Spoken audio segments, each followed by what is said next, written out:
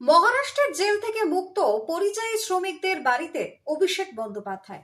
সুকান্তকে কটাক্ষ ঘিরে তুমুল রাজনৈতিক চর্চা বালুরঘাটে।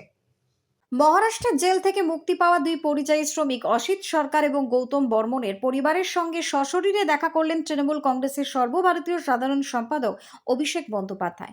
তপন বিধানসভার লক্ষ্মীপুর গ্রামে তাদের বাড়িতে গিয়ে 7 মাস জেল কাটানো অভিজ্ঞতা, পরিবারের আর্থিক সংকট এবং মুক্তির পর পরিস্থিতি সম্পর্কে খোঁজ নেন তিনি। জেলে থাকা অবস্থায় খাবার এবং বাড়ি ফিরে সাধারণ ডাল ভাত খাওয়ার কথা মন দিয়ে শোনেন অভিষেক। এই ঘটনাকে কেন্দ্র করে তৃণমূলের অভিযোগ, বাংলা ভাষায় কথা বলার কারণে বাংলাদেশি সন্দেহ এই শ্রমিকদের গ্রেপ্তার করা হয়। পরিবারগুলো আগে বালুরঘাটের সাংসদ এবং কেন্দ্রীয় মন্ত্রী সুকান্ত মজুমদারের দ্বারস্থ হয়েও কোনো সহায়তা মেলেনি। যদিও সুকান্ত মজুমদার অভিযোগে অস্বীকার করে জানান তিনি সাহায্যের চেষ্টা করছিলেন এবং তৃণমূল রাজনৈতিক উদ্দেশ্যে মিথ্যে প্রচার করছে। এদিনের সাংবাদিকদের মুখোমুখি হয়ে অভিষেক বন্দ্যোপাধ্যায় সুকান্ত মজুমদারকে তীব্র কটাক্ষ করেন এবং বলেন, রাজনীতির ঊর্ধ্বে উঠে মানুষের পাশে দাঁড়ানোই জনপ্রতিনিধির দায়িত্ব। পরে তিনি কুমারগঞ্জের ওসমান মোল্লার পরিবারের সঙ্গে দেখা করেন। Bureau report, Hili news Bangla. বছরে আমরা কোন কোন ক্ষেত্রে কি কি কাজ করেছি, বিশেষ করে মমতা বন্দ্যোপাধ্যায়ের নেতৃত্বে যে যুগান্তকারী সিদ্ধান্ত বা প্রকল্পগুলো হয়েছে সেগুলো মানুষের কাছে নিয়ে যাচ্ছি। আমরা আশাবাদী। মানুষ তো 2019-এও বিজেপিকে জিতিয়েছে, 2024-এও বিজেপিকে জিতিয়েছে।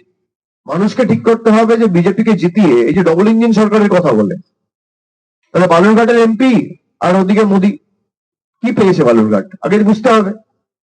সুকান্ত মজুমদার কবার বালুরঘাটের হয়ে, বালুরঘাটের মানুষের অধিকার চেয়ে বা অধিকারের হয়ে লড়াই করে নরেন্দ্র মোদী বা কেন্দ্র মন্ত্রিসভার কাউকে কি কোনো চিঠি লিখেছে?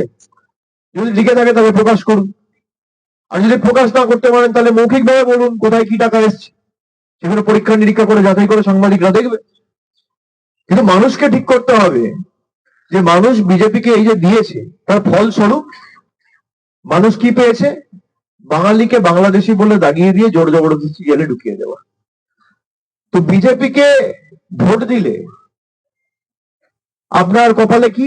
জেল।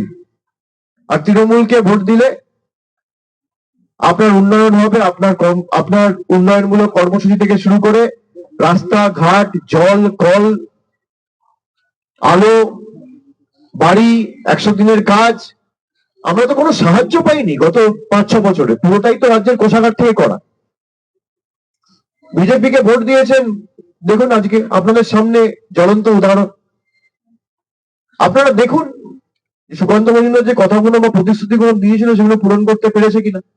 যদি মনে করেন পূরণ করেছে তাহলে আপনারা বিজেপিকে ভোট দেবেন, আর যদি মনে করেন না ব্যর্থ হয়েছে, তৃণমূলকে একটা সুযোগ দেওয়া উচিত, তাহলে 6-0 করে তৃণমূলের হাত শক্তিশালী করবে।